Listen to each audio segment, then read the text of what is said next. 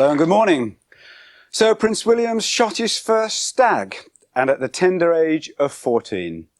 Is that the kind of example a future king of England should be setting? Is hunting cruel or a necessary part of wildlife conservation? David, you shot your first stag when you were 14, didn't you? Why? Because, well, my whole life I've been brought up with stalking. My dad's a professional stalker, and he's given me all the why we stalk and why we shouldn't not stalk. And I thought for myself, and I thought, yes, it's a very good thing to do. So I enjoy stalking the deer. Why was it a good thing to do? Oh, well, because if you don't kill them, they'll just get overpopulated and they'll die of starvation and old age and disease. So you had this stag? Oh, I had a buck, actually. A buck in your sights? Yeah. Where? How do you mean where? Where were you? Oh, I was in Suffolk, in the wood. In the woods? Yeah. And you got him lined up. What were you feeling? I wasn't really feeling anything. My whole mind was on the job of killing him humanely and with a good shot. And did you? Yes. What did you feel then? I felt happy that I'd done the job well. The job being just to kill him, to cull him? Yeah, to kill him. You had any remorse? Well, no, I mean, I think if you are going to have any remorse, you think about it a few days before, a year before, and I'd made up my mind by then that it was the right thing to do. Therefore, I had no remorse of killing him. Claire? I'm 15. I just know I couldn't do it. I'd just like to know, I mean, is it necessary? Well, yes, it is necessary. If you don't kill them, deer will just, have more and more babies, and they'll just get lots and lots more deer will appear, and there'll be not enough vegetation to support them. Therefore, they'll start dying of starvation, old age, and disease. Yeah, but don't you think that if nature was left to control its own animals and wildlife, that it would make it even better? I don't think there's any need to go about killing animals. Well, we're here. We're humans. We've got we think intelligently. We don't like being inhumane. And if you leave nature to do its job, for deer, they will die of starvation. They'll die of disease, and that's not humane. Was it the right thing for Prince William to be doing this at the same No, age? I don't So David know. says no problem. He was quite competent and knowledgeable and professional about it. Clear shot, clear aim, no emotion, clinical, professional, dead, cold, done a job. He actually used the expression, I've done the job. Should Prince William be doing it? I don't think any child should be doing anything of the sort. I think children should be brought up to look after animals, and that way they learn to responsibility for other people and other things. But I think to keep animals in the wild and cull them in the wild is a lot less cruel than to lock up a hamster or a gerbil in a cage for its entire life and never let it out of there. And also, I went hunting. Prince William, you're happy about him doing that? You find it acceptable? I think that is acceptable if it was killed humanely. I went hunting for the first time when I was 13. By the time I'd been hunting, fox hunting. But by the time most children are 13, they've seen so much more violence on TV and in the newspapers that seeing a fox being killed for the proper reasons is nothing compared to that. Well, For Prince William at the age of 14. 13, she said, fine, not a problem. I think it's appalling. I go back to my very small childhood. My father was a chauffeur to a titled person in Reigate.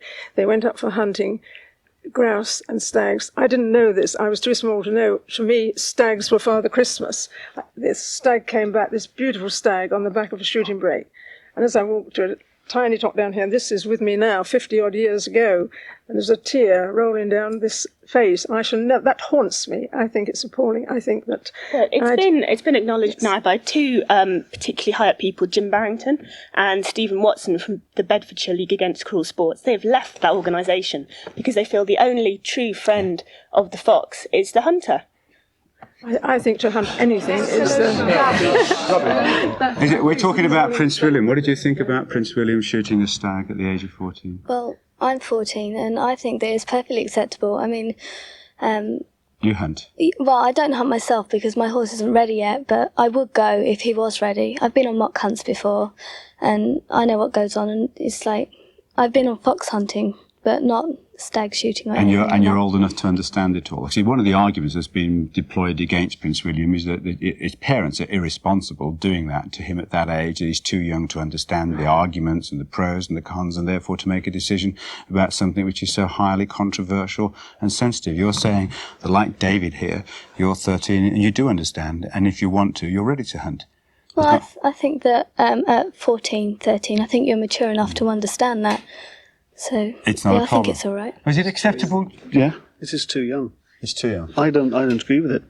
Anyone who goes stag shooting should be 21 years old when they can hold a proper firearm certificate, and they are of an age when they can make up their own minds as to what they're more mature in themselves. Well, the law have already decided that 14 is an acceptable age to hold a firearm certificate. That's the first point. Prince William was probably egging on the Balmoral stalker for 2 or 3 years prior to this, dying for the day that he became 14 so he could go out and do what every dad in this country wants, follow in his father's footsteps and follow on the royal tradition of taking his first stag. A wonderful experience. Why is it a wonderful experience? What is the wonderful experience of killing something that is so beautiful and so dignified? How can that be a wonderful experience? Explain it to me. It's one of the most difficult things to explain of all, because it's an emotion which only the stalker experiences. But I think we ought to put it in perspective. Well, tell me. Well, I'm trying to put it into perspective that we've got 2 million deer on the ground in the British Isles. No, the feeling. Now you're going to give me the reasons why you do it. But you started off, now you're going to tell me about the need to cull. I want to know this feeling you get. The feeling is... This emotion you then went on to call it. Rather like David said earlier, it's a question of a job well done. The job has to be done because there's something like 500,000 deer a year need to be taken out in this country alone.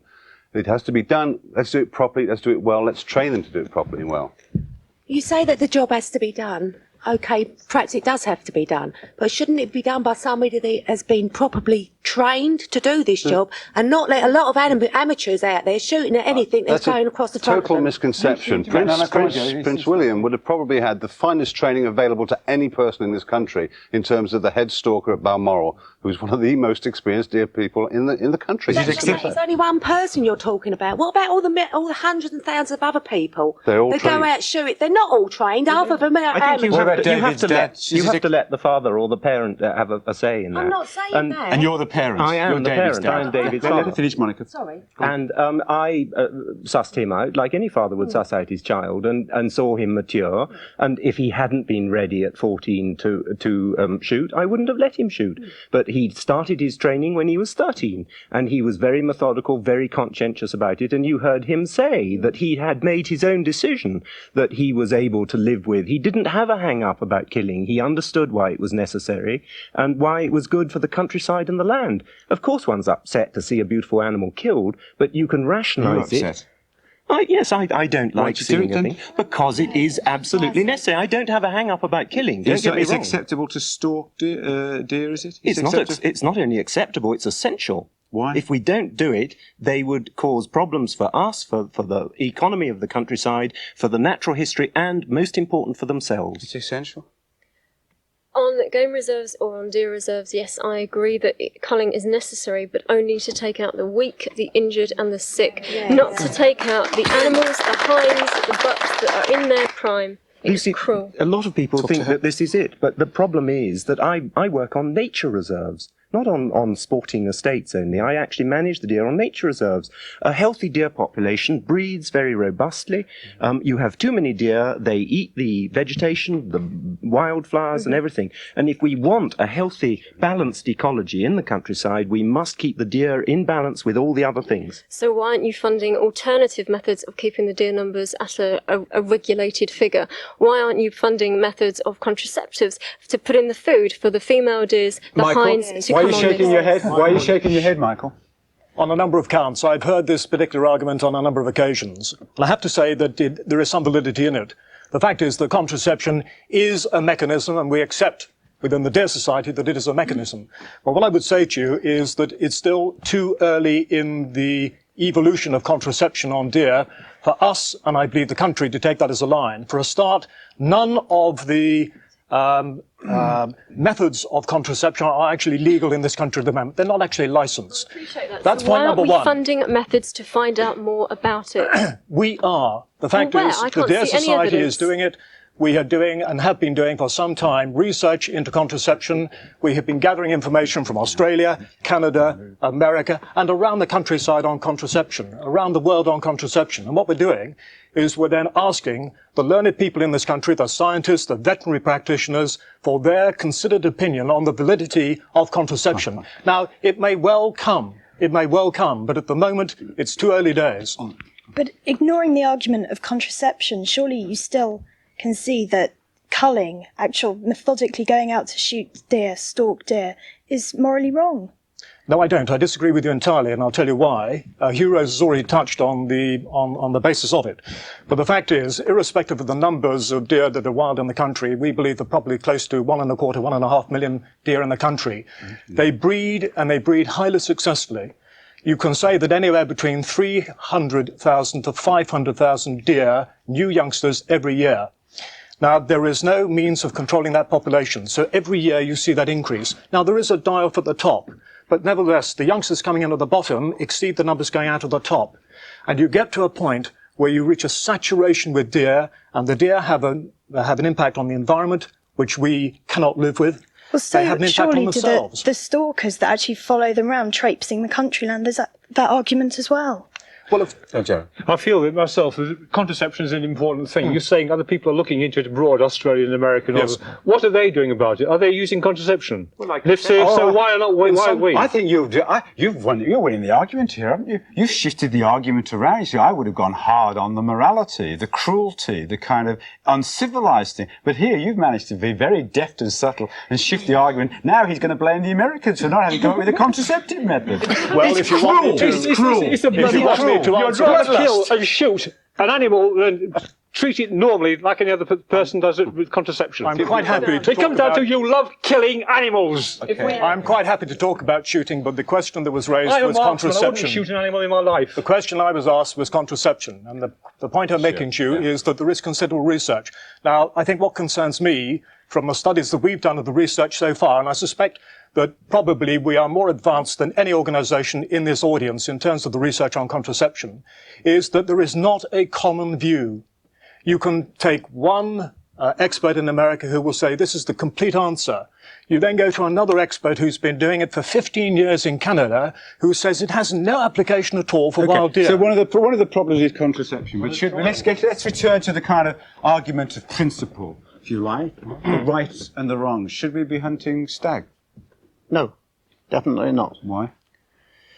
Well, I was brought up like Prince Charles' boy has been brought up to hunt. I was indoctrinated to hunt. And indoctrinated? I was indoctrinated to hunt. I was told that it was a very fair thing to do, that the animal either got killed or it got away. I wasn't told then that if an animal escapes after a long run, it may not be fit to breed for 2 years. It's in such a appalling condition. And I took up hunting. I became a riding instructor. I took other people out hunting. People, men whom I rode, supplied horses to the hunt, and a second horse to the hunt. And I very often rode a second horse for the actual huntsman. And when he changed over in the morning, his horse was in such a condition it was like driving a car with no tires on. It was absolutely exhausted. Now, I've seen horses hunted and dropped dead through being overridden. The excitement is terrific by hunting, by a death at the end of it. They used to say to me at the end of the day, were you in it to death? You see, what did you feel about that? Unethical? Well, at one time, you see, I was brought up to understand that just like this boy, Charles' boy, I've forgotten his name, he's brought up to believe in it. Well, I don't care. I mean, you're anti-hunting and you can't remember the heir to the throne's name. I don't. Neither can I. Never mind. Good. We'll go to the tower together. It's unethical, Robin. Look, the whole thing... Stag's unethical, my friend is saying. We've already talked about wildlife. We've already talked about wildlife management. And I'm sure even this gentleman would accept the people looking after the countryside are the landowners and the farmers. Without them providing the habitat, you wouldn't have any wildlife, would you? The farmers and landowners provide the habitat. A lot of it is national park. And not a lot of Britain. Well, some of it is. Stags, Julia, is it acceptable to hunt stag? No, I would say it certainly isn't acceptable to hunt anything. It's certainly not acceptable to hunt stags. What we're talking about here, stags. Yeah, we're talking about stags, and we're talking about hunting stags. Now, first of all, it's not a natural way, because if they had a natural predator, those natural predators would actually take out the sick and the elderly and so on. So this is certainly an unnecessary and an unnatural way of hunting. hunting. Secondly, we're calling it a field sport. Now, any sort of sport in any other situation implies two equal opposing protagonists who have agreed to take part in this. Now, where the equality in stag hunting is, I can't see. Alison.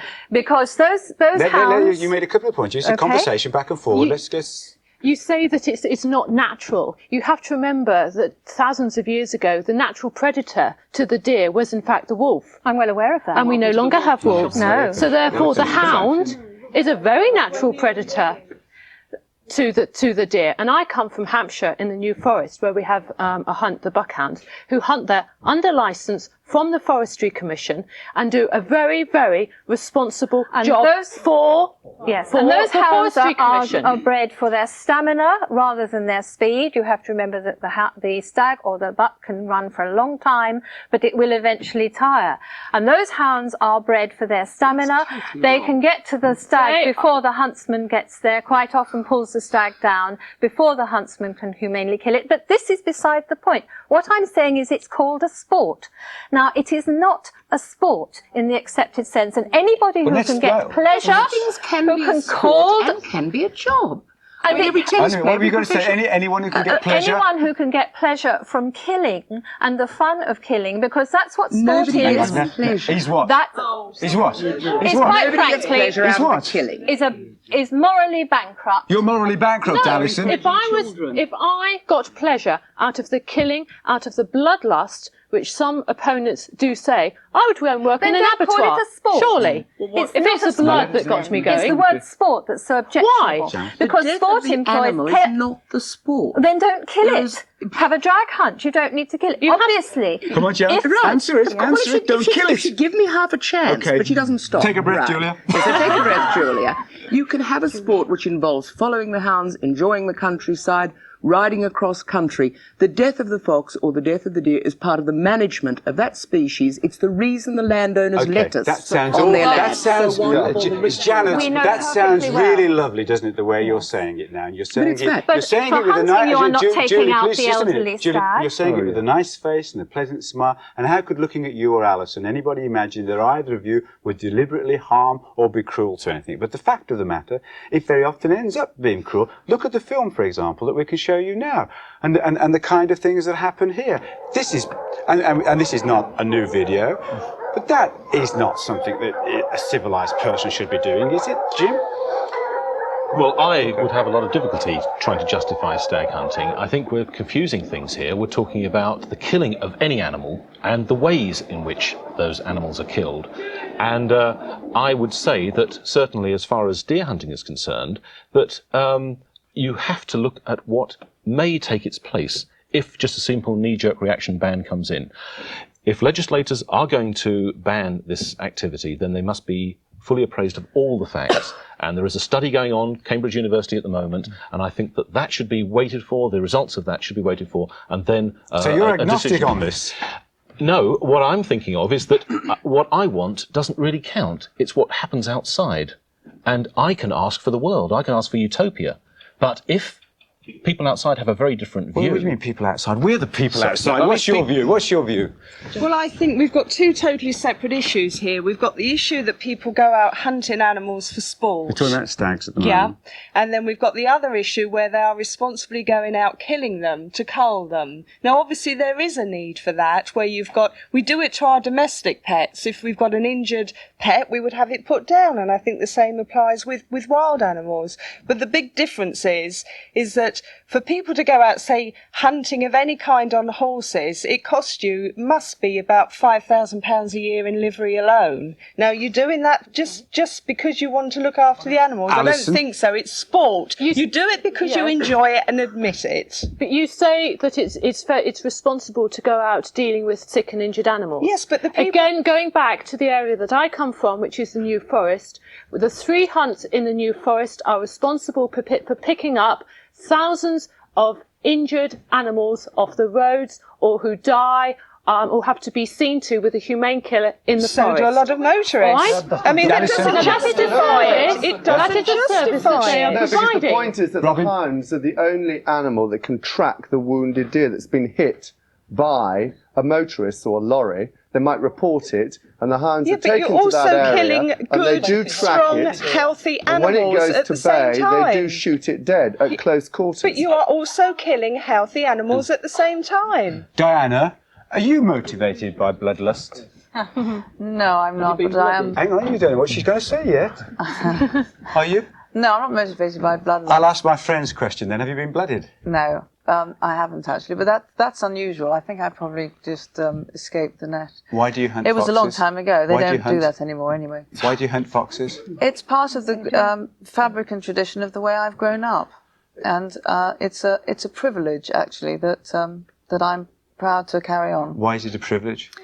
It started, I suppose, when the farmers had their plough horses and got them fit, very fit after ploughing. Their farm work was done. What were they going to do with these lovely horses? They loved their dogs and they loved to see them chase the natural predatory line, and they started following their dogs on horseback. You enjoy it?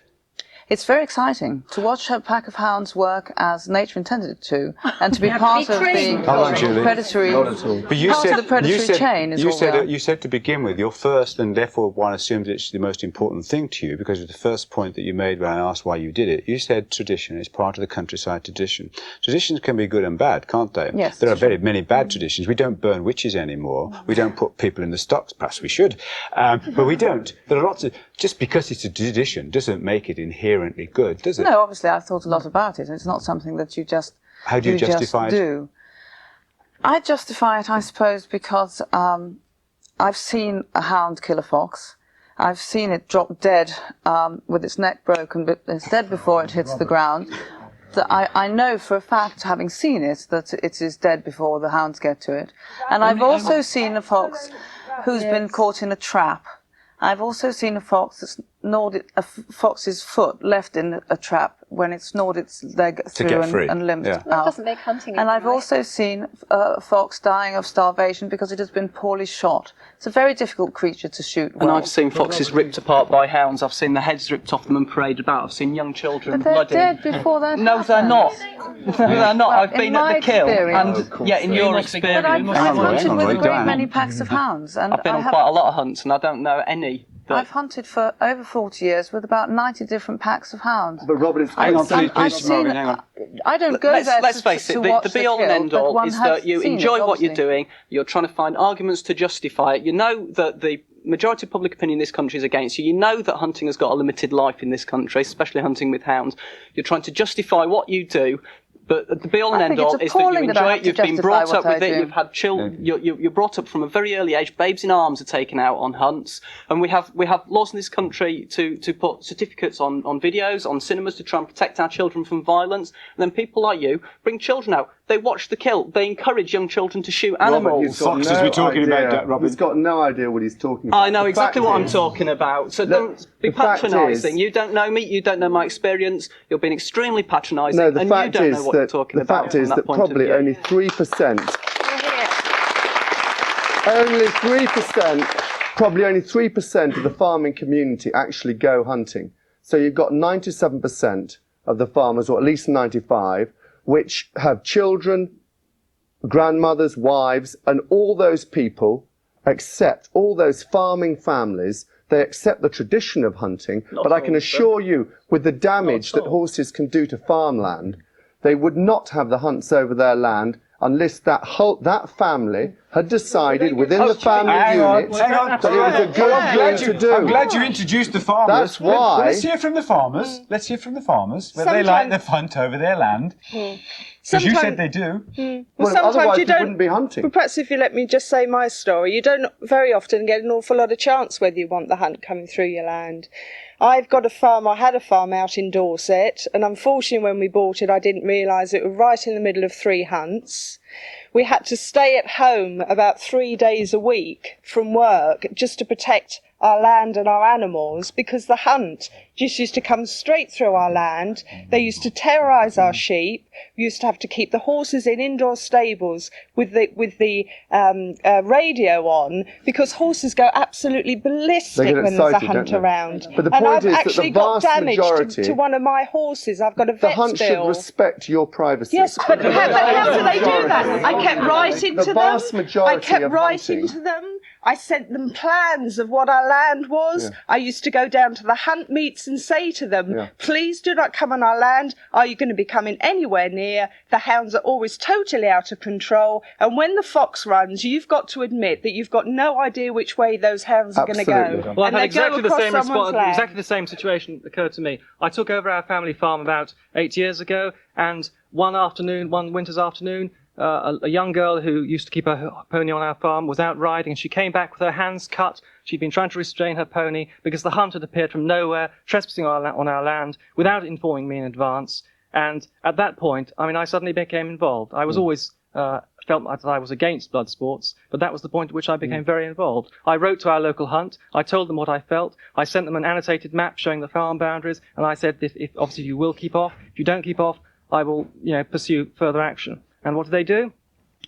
A few weeks later, there they were again, trespassing on our land, bringing the hounds across. They don't care, they're They insured. really couldn't care less. In fact, this has been going on and on and on for about 8 years. But the fact is that fox hunts go out 400 times a week in this country throughout the winter. And virtually every time they commit trespass. At the invitation of farmers. That's absolute nonsense. Many I'm sorry, it's a fact. And they don't have It the is a opportunity fact. to say no. And in Warwickshire, where I come from, distraught. My family and I were so distraught. I didn't know what to do. I went to the extreme extent, in fact, of joining the hunt saboteurs. I used to go out with the hunt saboteurs. I felt that was the only way I could get back at our local hunt.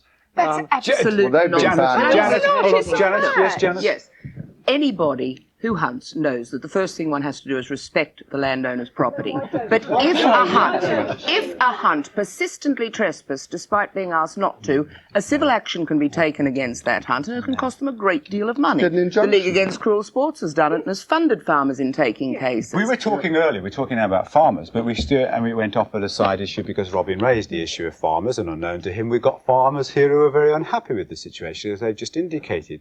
But Diana, and I think Hugh, were talking about, Diana went to great length about the different forms of killing a fox, and all the time we were given this impression it's all clinical, it's all professional, it's all very competent, it's all very clean. Look at this clip that John can tell me about. This doesn't seem to me to be at all clinical, or clean, or even very civilised, or for civilised people. This is the fox, John?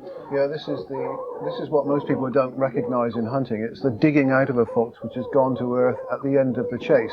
This is a fox which is alive. They're trying to pull it out by the tail and the back leg. There's a terrier inside the hole which is clamped onto the fox's face, and it's a tug-of-war between the terrier man and the terrier until it's actually pulled out and shot and then thrown to the hound. Yeah, but it was actually shot before it was pulled out of the hole. Yes, it was shot before it came out. It had 10 minutes in that position, and if 50% of the foxes were killed by hunts... You've gone very quiet, ladies. 10,000 Ladies, and we didn't show you the rest of that because I think it's too distasteful for our viewers. But that fox was pulled and pieces and all the rest of it. And it was dead. It was shot dead. It wasn't dead. It was shot. You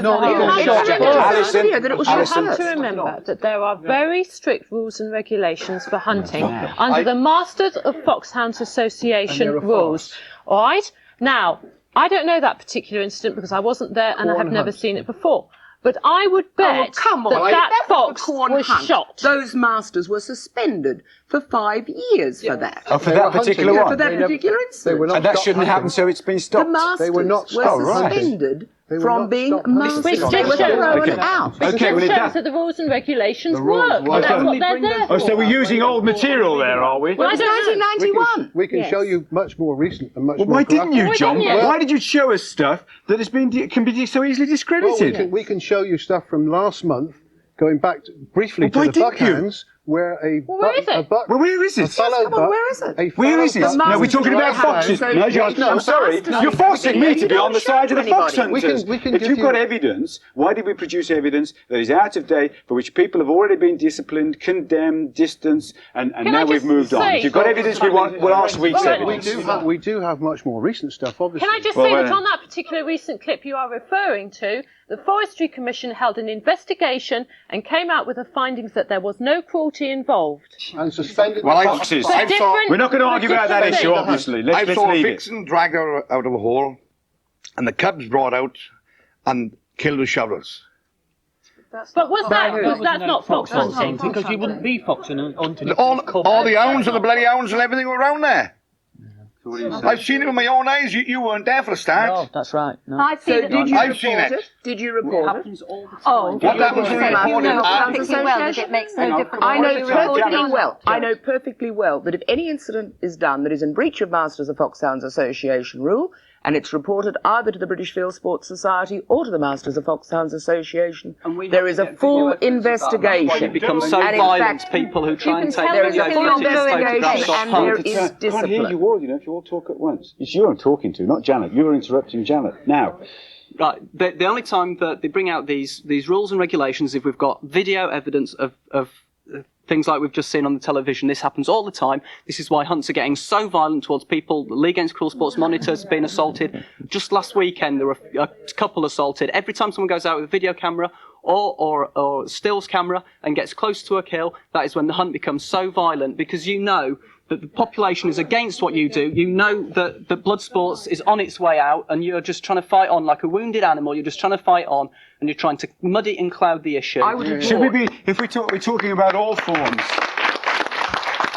of hunting, should we be hare coursing too? Absolutely not.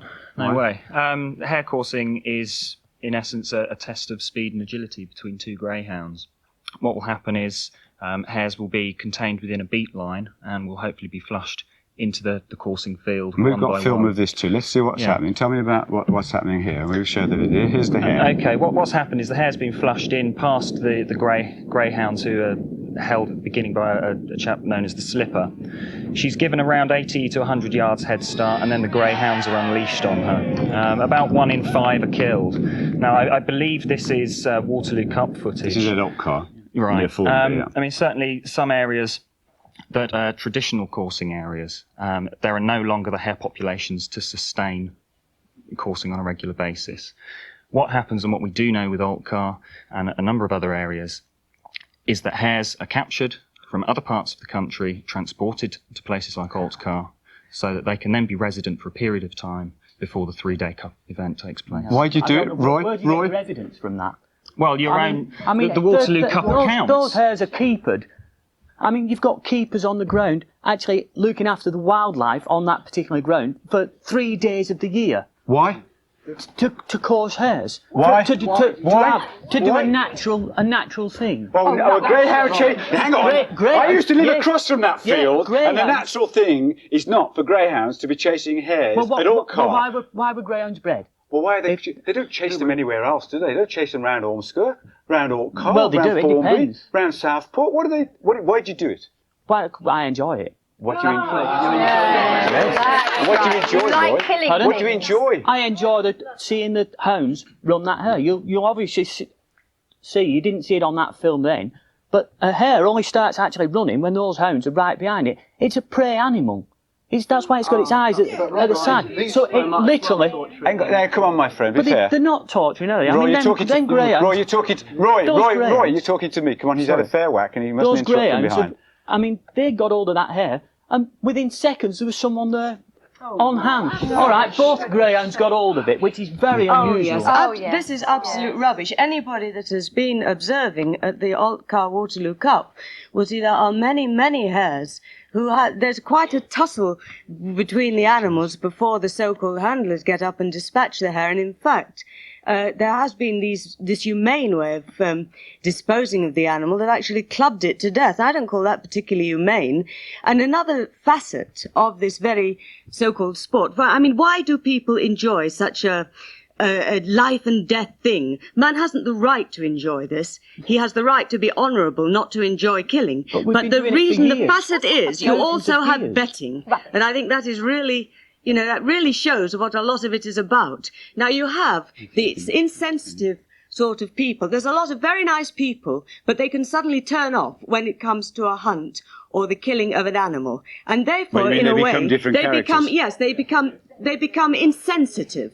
Now, we on the anti-side are very sensitive. We're very red-blooded about it. It's the cold-blooded insensitivity of very nice people that really enjoy the activity that brings about the death of an animal. Now, as well as those nice people, it also encourages the scum of the earth And you will find them in hare coursing all over the British Isles.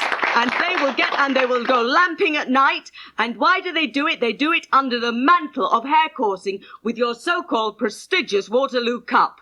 And all the... We've been hunting animals for centuries.